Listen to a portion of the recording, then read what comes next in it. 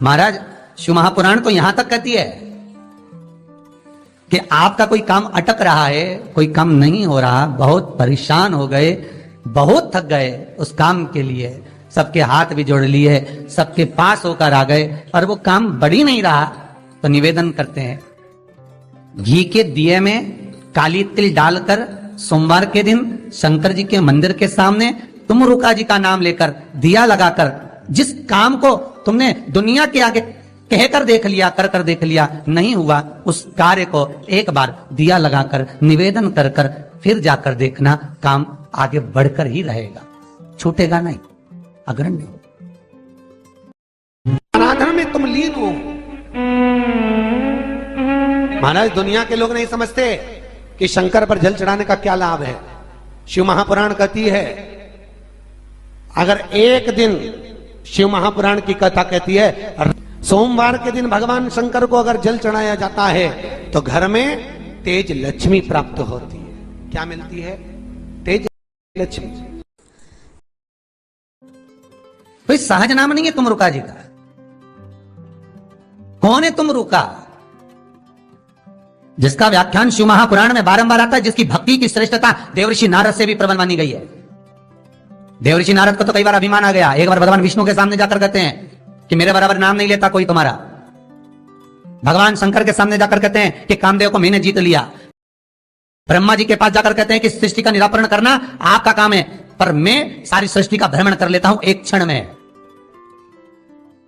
जो देवर्षि नारद इंद्र के सामने जाकर कहते हैं कि तुम्हें सत्ता का आधिपत्य जताना नहीं आता, आधिपत्य कैसे कहते हैं वो जानते नहीं हो आप। वो देवर्षि नारद जिनके भीतर भजन का बल, तब साधना का अहंकार इतना ज्यादा हो गया था कि देवताओं को भी कई बार देवर्षि नारद को नीचा दिखाने के लिए बंदर का मुख लगाना पड़ा था, अहंकार को छोड़ने के। पर उसमें भी प्रबल, तुम रुका जी जो शिव महापुराण की कथा कर रहे हैं उसमें भी प्रबल।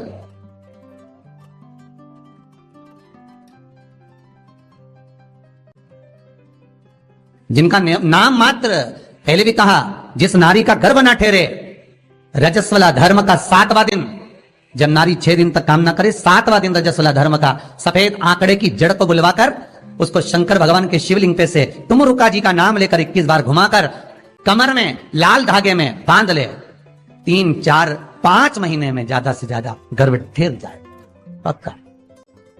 विश्वास रखकर शिव जी का नाम ले, तुम रुका का स्मरण कर।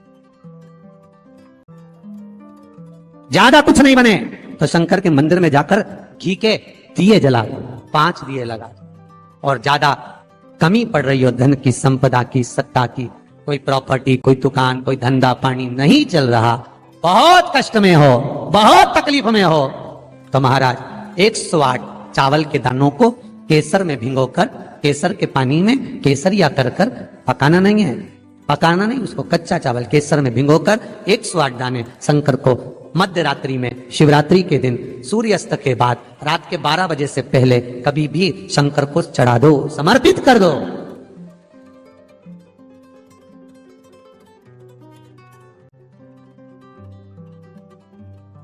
और वही अक्षत के दाने उठाकर वापिस रख लेना ब्रह्म मुहूर्त में सुबह 4 बजे, बस फिर बाबा पे सौंप देना। जितनी शिवरात्रि आती जाएंगी उतना धन बढ़ता चले जाएगा, बाबा पर संपूर्ण इतने उपाय हैं, और सारे उपाय यहीं से बताए जाएंगे, नीचे से कुछ नहीं। नीचे उतरने के बाद हमें कोई मतलब ही नहीं, हम क्या बोले ना बोले हमें उससे मतलब नहीं। ये व्यासपीठ श्री सुखदेव जी की है, ये व्यासपीठ श्री व्यास जी महाराज की है, ये व्यासपीठ श्री सूत जी महाराज की है, और ये व्यासपीठ इन सबसे पहले मेरे देव अधिदेव महादेव की है, जिन्होंने अमर गुफा में अमर कथा माता पार्वती को श्रवण कराई थी। बाकी के तो सुखदेव जी, व्यास जी, सूत जी, ये सब बात के, पर सबसे पहला वक्ता मेरा शिव है। तो ये शंकर की गादी पे से जो निकल गया, शंकर की गादी पे से जो बोल दिया, बस उसका अनुभव आप करो, और कर कर जरूर देखना, उसका अनुभव कर कर। सुबह 6:42 पर इंदौर से किसी बहन का फोन था, रोते हुए आया था। आप लोग कहेंगे तो मैं नंबर भी दे दूंगा, समीर जी के मोबाइल। 6:42 पे फोन आया था, और रोते हुए फोन आया था कि मेरा एक ही लड़का है और वो वेंटिलेटर पर पड़ा हुआ है, रात को 1:30 बजे से मैं 1:30 बजे से परेशान हो रही हूँ, फोन पर फोन लगा रही हूँ, रात को कोई उठाया नहीं, सुबह तक लगाकर देख रही हूँ, 6:42 पर फोन,